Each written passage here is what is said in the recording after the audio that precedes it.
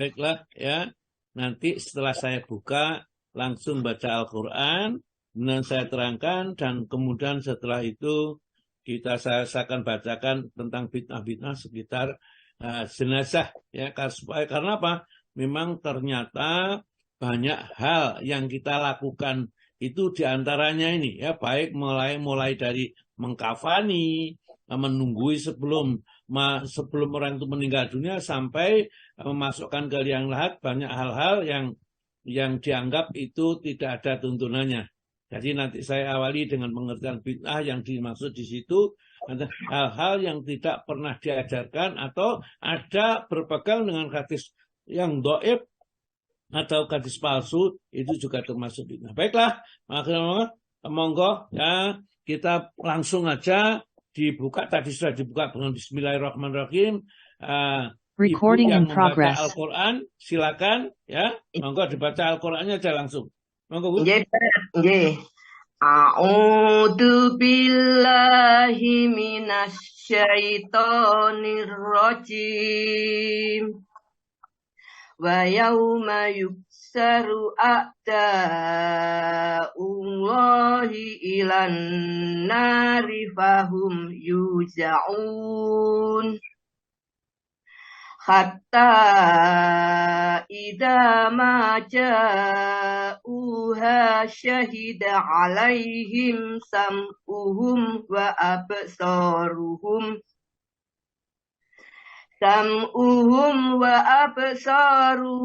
wa juluduhum bima kanu ya'malun.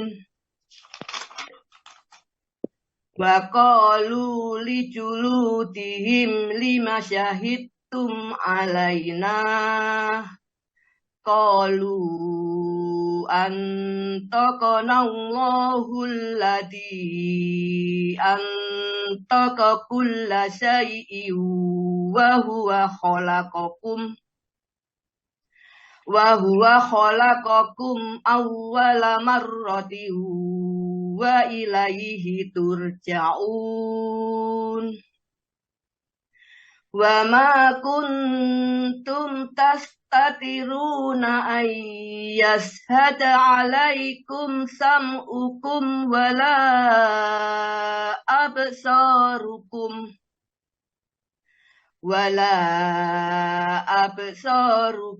wala juludukum walakin tonantum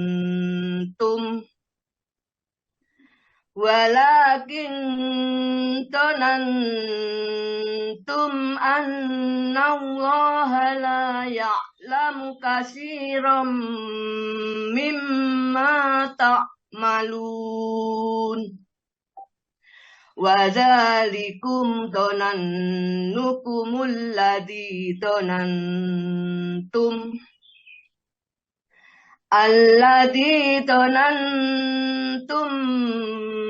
bi rabbikum ardakum fa asbahtum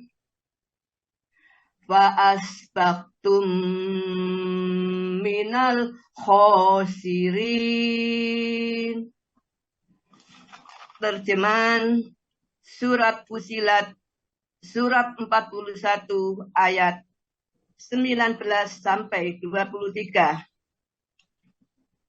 Dan ingatlah pada hari ketika musuh-musuh Allah digiring ke neraka, lalu mereka dipisah-pisahkan. Sehingga apabila mereka sampai ke neraka, pendengaran, penglihatan, dan kulit mereka menjadi saksi terhadap apa yang telah mereka lakukan. Dan mereka berkata kepada kulit mereka, "Mengapa kamu menjadi saksi terhadap kami?" Kulit mereka menjawab, "Yang menjadikan kami dapat berbicara adalah Allah, yang juga menjadikan segala sesuatu dapat berbicara. Dan Dialah yang menciptakan kamu yang pertama kali dan hanya kepadanya kamu dikembalikan. Dan Kamu tidak dapat bersembunyi dari kesaksian pendengaran, penglihatan, dan kulitmu terhadapmu. Bahkan kamu mengira Allah tidak mengetahui banyak tentang apa yang kamu lakukan. Dan itulah dugaanmu yang telah kamu sangkakan terhadap Tuhanmu. Dugaan itu telah membinasakan kamu, sehingga jadilah kamu termasuk orang yang rugi. Shadaqallahul Adzim. Maha benar Allah dengan segala firman-Nya. Dan Terima kasih. Agung. Terima kasih Bu Wati, luar biasa sekali sudah dibacakan. Ya, ini hasilnya kita senantiasa ikut taksin, maka sudah berani membaca, yang didengarkan tidak hanya orang Surabaya saja, tapi orang Jakarta, orang Medan ini juga ikut mendengarkannya. Baiklah ya, sedikit yang kita bahas di Al-Quran ini. Ada ayat yang sebelumnya itu ayat 18, wa najainal ladzina amanu, dan kami akan selamatkan orang-orang yang beriman, wa kanu yatakun, dan mereka imannya itu ditingkatkan kepada takwa kepada Allah.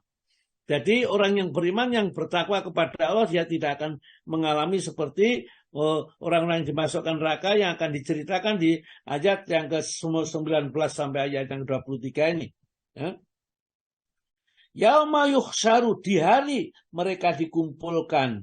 Allah, musuh-musuh Allah, maksudnya orang-orang kafir, musuh-musuh Allah itu ilan nari, dikumpulkan, dilemparkan ke dalam neraka, wahum yuzaun, dan mereka itu dilemparkan, ya. Mereka itu digiring, dimasukkan ke dalam neraka. Semua itu musuh-musuh Allah, maksudnya orang-orang kafir. Nah, tatkala sampai di neraka mereka orang kafir, kalau cerita di sini, ya, hatta idza ja'uhum, ya, sehingga apabila mereka itu sudah mendatangi neraka ini, syahidan, maka menjadi saksi alaihim atas mereka sam'uhum, pendengaran mereka, wa absarum, dan penglihatan mereka, wa juluduhum, dan kulit mereka, bima kanu ya'malun, terhadap apa yang mereka kerjakan tatkala hidup di dunia.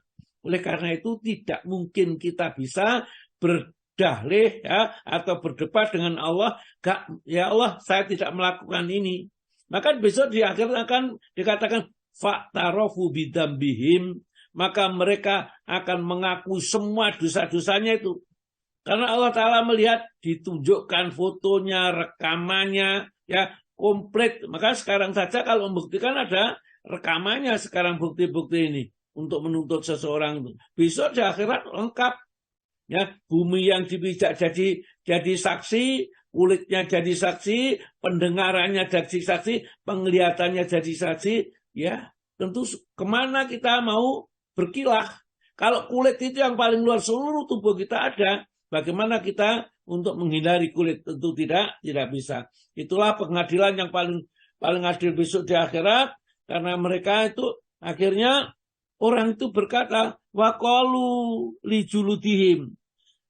Mereka yang akhirnya masuk neraka karena persaksian kulit mereka itu, dia bertanya kepada kulit-kulit mereka ini, lima sahidtum, kenapa kamu menjadi saksi alaina atas kami? Yang saksi itu memberatkan. Loh, saya berbuat ini dan disaksikan ke saya di hotel ini, berasa ini, siapa dengan ini. Nah, menjadi saksi besok semuanya. Tidak ada satupun yang terlewatkan, karena yang jadi kulit adalah, yang saksi adalah kulitnya. Dan berkata, waqalu li juludihim, dan mereka bertanya kepada kulit mereka, lima sahidun alaina, kenapa kamu menjadi saksi atas kami? Ya, wahai kulit, ya, kamu kok menyengsarakan saya begitu? Rohnya yang berkata seperti itu. Qalu, mereka menjawab, ya, Pak kulit-kulit itu, antaqanallahu alladzi antaqa kulla syai'. Allah telah menjadikan aku pandai bicara, yaitu dialah Allah yang menjadikan segala sesuatu itu pandai bicara. Ya, Cawal itu Allah Ta'ala. Oleh karena itu saya bisa berbicara karena diizinkan oleh Allah berbicara. Kulit bisa berbicara, pendengaran bisa bicara, bahkan lidah ini yang kita gunakan berbicara tanpa dikendalikan oleh kita sendiri akan berbicara sebagai saksi. Wa huwa khalaqakum, dialah Allah yang telah menciptakan kalian awal maratin, ya, pertama kalinya, wa ilaihi turja'un, dan kepada Allah nanti kita semua akan dikembalikan. Semua jadi saksi. Apa kita nggak malu kalau kita melihat foto kita, disaksikan mertua kita, disaksikan anak istri kita tentang keburukan perbuatan kita tatkala di dunia. Tak kira Pak, kok ini kemudian wong apik, wong jujur, tiba ngono ta fotomu delok enggak? Ya karo sapa iku? Ya, duit mangkane entek, mulih enggak nggawa duit, itu katakannya. Tapi semua ada di sana. Ya, karena menjadi saksi semuanya. Kemudian wama kuntum, ya, kemudian Allah mengatakan wama, dan tidaklah kuntum, kalian adalah tastayiruna, kalian tidak dapat menyembunyikan ayashada, ya, atas persaksian alaikum, atas kalian, sam'ukum, pendengaran kalian. Jadi kamu tidak mungkin bisa bersembunyi dari pendengaran kalian, wala absarukum, dan juga tidak mungkin bisa bersembunyi dengan penglihatan kalian, wala juludukum, dan tidak mungkin bisa bersembunyi terhadap kulit-kulit yang menjadi saksi pada saat itu. Walakin, namun, donantum, persangkaan kalian, annallaha la ya'lamu katsiran mimma ta'malun, namun persangkaanmu bahwa Allah itu tidak mengetahui kebanyakan perbuatanmu itu, ya, itulah zalikum, yang demikian itu, donantum, persangkaan kamu, alladzi dhannukum, yang telah kamu sangkakan, ya, birabbikum, pada Rabbmu itu, ardakum, yang telah membinasakan kamu. Jadi tak kala kita berbuat maksiat, kita menyangka bahwa tidak ada yang tahu, ya, keluarga tidak tahu, dan Allah pun dia sangat tidak tahu. Itu yang membinasakan kita besok di akhirat, karena menganggap bahwa perbuatan-perbuatan yang kita lakukan tidak diketahui oleh Allah, tidak dicatat oleh malaikat, dan tidak diberi balasan oleh Allah Ta'ala. Maka dari itu kita supaya takut kepada Allah, kita pikir malaikat itu mencatatnya itu sangat akurat sekali. Siksanya Allah itu sangat pedih kalau membalas kepada hambanya ini. Kenapa kita tidak segera bertobat kalau sudah terlanjur melakukan perbuatan maksiat? Karena tidak ada lagi jalan untuk biar selamat kecuali bertobat kepada Allah, mohon ampun atas semua yang pernah kita lakukan. Itu yang kita lakukan sebenarnya, bukan yang lain. Ya, kita tidak akan mendapat kiriman pahala, kiriman itu Al-Fatihah, kiriman Yasin, dan tidak ada itu. Ya, tidak satu pun ayat Al-Quran yang menerangkan bahwa kita akan selamat dengan dikirimi Al-Fatihah, dikirimi ini. Kita kadang-kadang karena ajaran yang sudah diajarkan terus-menerus seperti itu, seakan-akan itu ajaran agama. Makanya agama kita mengajarkan amallah sendiri. Ya. Yang menyelamatkan kita, pertolongan Allah tentunya, itu didasarkan pada amal kita, ilmu yang kita pelajari, amal soleh yang kita kerjakan, bukan yang lain. Karena Allah Ta'ala berfirman di dalam surat Yasin 54 itu, wala tujzauna illa ma kuntum ta'malun. Kamu tidak akan dibalas kecuali apa yang kamu perbuat sendiri. Jadi wadzalikum dhannukum, dan demikianlah persangkaan kalian alladzi dhannukum birabbikum, yang telah kamu sangkakan kepada Tuhan kalian, ardakum, yang telah membinasakan kalian, fa asbaqtum, maka jadilah kalian minal khosirin, termasuk orang yang rugi, yang akhirnya masuk ke dalam neraka. Kalau sudah masuk neraka, kata Allah Ta'ala berikutnya, saya tambah satu ayat lagi, fa'ing tasbiru. Kalau kamu sabar, ya wis menengahi, nerimo ini perbuatan kita, ngaku kita kepada Allah, ya sabar di dalam neraka, ya, tidak sambat, tidak mengeluh, kata Allah Ta'ala, fannaru maswallahum, maka tempat yang mereka tetap di neraka, tidak akan dikeluarkan dari neraka. Sabar atau tidak sabar, kalau sudah terlambat seperti itu, kan tempatnya tetap di dalam neraka. Ya. Wa in tas tak tibu, kalau mereka ingin mengajukan alasan-alasan, wa mahum minal mu'tabin, maka alasan-alasan mereka atau minta penangguhan mereka termasuk penangguhan yang diabaikan, tidak diberikan oleh Allah. Maka dari itu sebelum kita terlambat, ya, janganlah kita sampai terjerumus kepada perbuatan-perbuatan yang dilarang oleh Allah Subhanahu wa taala. Karena Allah pasti tahu kalau kita sudah mengaji seperti ini kok masih nanti terus-menerus berbuat seperti yang dilarang oleh Allah taala, itu namanya kebangetan, ya, kebangetan. Baik, ya.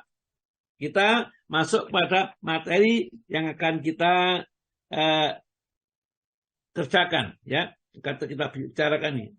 Bid'ah di seputar masalah jenazah. Ya, ini biasa orang Jawa, ya, atau mungkin orang Indonesia, atau mungkin juga orang luar Indonesia, orang Arab sendiri mempunyai kebiasaan-kebiasaan yang dianggapnya itu ajaran agama, tapi itu bukan ajaran agama. Ya, sesungguhnya bid'ah yang dinyatakan sesat oleh nas syar'i adalah, ya, jadi bid'ah yang dinyatakan sesat oleh nas syar'i, ya, bukan pakai jam tangan, kemudian pakai ATM itu bid'ah, pakai pesawat itu bid'ah, bukan itu, ya. Kita harus mengerti bid'ah itu apa sehingga kita tidak gampang menghukumi sesuatu bid'ah kemudian menghukumi orang itu neraka, ya. Ya memangnya kita yang punya neraka, punya surga. Ya, ini yang diakui bid'ah secara syar'i yaitu sesungguhnya bid'ah yang dinyatakan sesat oleh nas syar'i adalah masalah-masalah seperti berikut. Yang pertama, ya, ini ya. Setiap perkara yang menyalahi sunnah. Jadi urusan-urusan ibadah, ini ibadah, ya, yang menyalahi sunnah, baik berupa ucapan atau amalan, buatan, atau maupun akidah, sekalipun dari hasil ijtihad, itu namanya bid'ah. Kalau tidak berdasarkan sunnah atau bertentangan dengan sunnah. Saya ulang lagi, setiap perkara yang menyalahi sunnah, baik berupa ucapan, amalan, maupun akidah, ya, sekalipun dari hasil ijtihad, itu namanya bid'ah atau perbuatan yang menyimpang yang dilarang di dalam agama. Ikuti aja sunnah, ya. Misalnya mengiringkan jenazah, nanti memandikan jenazah, mengkafani, ya. Kita kadang-kadang memasukkan hal-hal yang di luar sunnah, meskipun yang memerintahkan itu, ya, tasbihnya panjang, jenggotnya panjang, pakai gamis juga seakan-akan seperti orang syekh itu, ya. Tapi kalau mereka menyalahi sunnah, kita tidak ikuti, ya, kita tidak.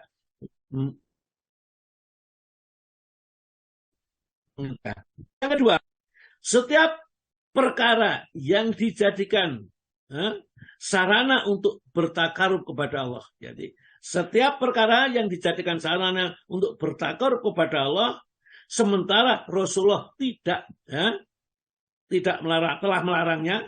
Jadi sementara Rasulullah melarangnya, tiba-tiba ini mengerjakannya. Misalnya Rasulullah telah melarang membangun masjid di kuburan. Tiba-tiba dia membangun masjid di kuburan. Alasannya apa? Loh, ini yang punya tanah, supaya mereka mendengar adzan setiap saat di dalam kuburnya ini. Nah, ya, ini siapa yang mengajarkan ajaran kayak gitu dan senantiasa diikuti? Nah, itu sudah berbuat namanya perbuatan bid'ah. Ya. Yang ketiga, setiap perkara tidak mungkin disyariatkan kecuali dengan nas. Namun tidak ada nasnya. Jadi perkara ibadah itu kalau kita kerjakan harus ada nasnya, harus ada dalilnya. Tapi dia tidak ada sama sekali, tidak ada nasnya, maka itu termasuk perkara bid'ah kecuali bila amalan para sahabat. Sahabat itu kalau sepakat, para sahabat itu kekuatannya sama dengan hadis marfu, itu hadisan sampai kepada Nabi, karena para sahabat tidak mungkin bersepakat untuk melakukan perbuatan yang menentang Rasulullah. Itu yang paling digarisbawahi. Jadi apa saja yang dikerjakan oleh sahabat yang disepakati. Contoh, kami para sahabat bersepakat bahwa kumpul-kumpul setelah kematian, kemudian makan-makan itu termasuk perbuatan niyahah. Ya, niyahah itu meratap, dan meratap hukumnya dilarang. Haram, ya, dilarang di dalam agama kita. Meratap itu, niyahah itu, maka kita jangan lakukan meskipun bukan sabda Nabi. Itu adalah kesepakatan para sahabat. Ya. Yang keempat, ya, adat orang kafir yang dimasukkan ke dalam peribadatan. Jadi misalnya orang kafir itu dulu orang Hindu atau siapa itu kalau sudah meninggal dunia, dia yakini rohnya masih keliteran di rumah kita. Tulung dino, pitung dino sampai 40 hari itu masih bolak-balik ngindangi putuni kari pamitan. Ya. Padahal di dalam agama kita tidak ada seperti itu. Kita yakini tetap seperti itu, maka keyakinan itu termasuk keyakinan yang bid'ah. Ya. Yang tidak diperbolehkan kita mempunyai keyakinan ini, karena yang tahu kalau apa yang terjadi setelah manusia atau orang meninggal dunia adalah Allah dan Rasulnya. Rasulnya kita tahu karena ada wahyu dari Allah. Yang kelima, apa-apa yang dikatakan ulama kontemporer sebagai amalan mustahab, ya. Jadi kalau ada ulama, ada ustadz, ada kiai mengatakan itu amalan baik, amalan mustahab, ya. Tetapi tidak ada dalilnya. Ya, baca Yasin 100 kali di bulan nisfu Sa'ban misalnya. Ya, maka akan begini datang rezeki yang ini kamu selamatkan dari ini dan seterusnya. Ya, mana dalilnya? Tidak ada. Maka itu perbuatan bid'ah. Meskipun yang dibaca Yasin itu Al-Quran, membaca Al-Quran tidak salah, ya, tidak keliru sama sekali. 100 kali membacanya juga tidak salah, tetapi keyakinan bahwa itu akan demikian dan demikian tanpa petunjuk dalil itu adalah salah, katanya bid'ah hukumnya, ya. Jadi tidak bisa dikatakan bukan sunnah, ya. Jadi bid'ah itu lawannya sunnah. Jangan terlalu terkejut atau tersinggung kalau orang mengatakan bid'ah. Barangkali ini ustadz ini kalau menerangkan kok mesti begitu sih, bid'ah saya diterangkan, apa enggak ada yang diterangkan yang lain. Ini penting karena supaya kita Hudzaifah itu tatkala tanya kepada Rasulullah itu, yang lain itu bertanya apa perbuatan baik itu apa saja ya Rasulullah? Rasulullah terangkan. Itu kemudian yang lain tanya juga apa saja selain itu ya Rasulullah, perbuatan baik diterangkan perbuatan baik. Tapi Hudzaifah itu enggak, ya Rasulullah perbuatan buruk apa saja ya yang dilarang di dalam agama ini. Ya, tidak untuk mengikuti yang buruk, untuk menghindari. Karena menghindari yang buruk itu penting. Mengerti baik tapi nggak ngerti yang buruk juga berbahaya. Ya. Oleh karena itu diterangkan, disampaikan supaya kita tidak terjerumus kepada hal-hal yang dilarang di dalam agama kita ini. Ya. Jadi yang berapa tadi? Keempat ya. Adat istiadat orang kafir ya, yang dimasukkan ke dalam. Sekarang ke-6. Ya, sekarang yang ke-6 ya. 6. Setiap tata cara peribadatan yang dijelaskan lewat hadis dhaif atau hadis maudhu, hadis palsu itu juga termasuk bid'ah. Jadi kita mengerjakan ini, coba sekarang kerjakan sholat duha 4 rakaat. Rakaat pertama baca kulhu 10 kali, rakaat kedua baca kulhu 20 kali, rakaat ketiga baca kulhu 30 kali, rakaat keempat baca 40 kali, jadi jumlahnya 110, maka Allah akan membuka pintu rezeki seperti hujan. Saya pernah mengalami itu, telah menjalankan itu, nggak tahu dasarnya, tapi karena kepingin mendapat rezeki seperti hujan banyaknya, dia dialami saja atau dilakoni saja, ya. Tapi ya ternyata ya tidak, namanya bukan dari hadis, ya. Mereka ngarang-ngarang sendiri, ya. Karena kul huwallah itu kan itu adalah surat yang termulia, tertinggi nilainya, dibaca 3 kali saja sama dengan menghatamkan seluruh Al-Quran. Maka kalau sholat duha 4 rakaat dengan membaca Qul 100 kali di dalam 4 rakaat itu, maka Allah akan bukakan pintu-pintu rezeki itu. Dulu diterangkan seperti itu. Saya lupa yang menerangkan siapa. Pokoknya kalau diterangkan itu tak lakoni, diterangkan itu tak lakoni, suruh zikir, baca Qul 1000 kali ya saya jalankan. Ya, saya kepengen ini. Oh, jadi baca Qul 1000 kali itu mulai setelah sholat maghrib itu sampai setelah sholat isya ya kira-kira jam 9 itu mungkin baru selesai. Qul 10 kali, 1 kali duduk. Katanya bisa ini, dan bisa ini. Ya mungkin membacanya bagus, tetapi keyakinannya yang itu yang sebenarnya yang harus dihilangkan. Kenapa? Karena Nabi tidak mengajarkan dan itu menyelisih sunnah. Yang ke-8. 7. Yang ketujuh ya. Segala sikap berlebihan di dalam beribadatan. Berlebih-lebihan. Jadi kalau kita disuruh sholat malam 11 rakaat istiqomah, enggak, saya ingin 100 rakaat, ya, terus itu berlebih-lebihan padahal enggak kuat.